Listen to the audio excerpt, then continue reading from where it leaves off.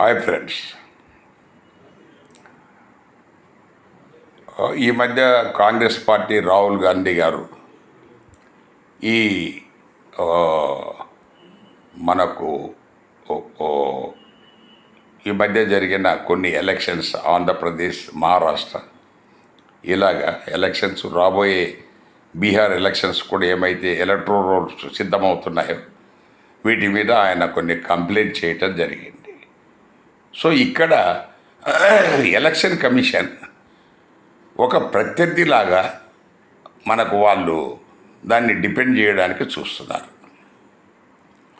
So election commission duty electoral rules తయారు చేసేప్పుడు ఫ్యాక్చువల్గా, నియమబద్ధంగా, న్యాయబద్ధంగా ఎవరైతే ఉన్నారో వాళ్ళ వరకే తయారు చేయాలి.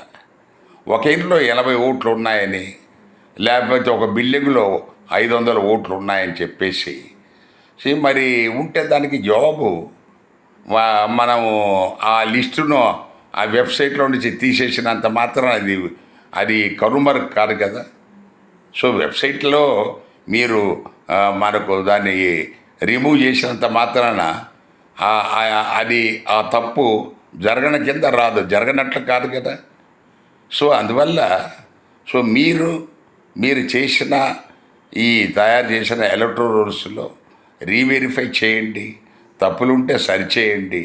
అంతేగాని మీరేదో ఒక పొలిటికల్ పార్టీలాగా మేము ఫలానా పార్టీకే కొమ్ము కాస్తాము, ఫలానా పార్టీకి మేము అపోజిషను అన్న భావన కలిగేలాగా ప్రజలకు మీరు యాక్ట్ చేయటం అనేది ఆమోదయోగ్యం కాదు.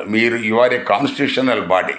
అందువల్ల మీరు గౌరవప్రదంగా మీ డ్యూటీలు చేయాలనేదే ఈ వీడియో విజ్ఞప్తి. ఇది ప్రజల విజ్ఞప్తి. Thank you.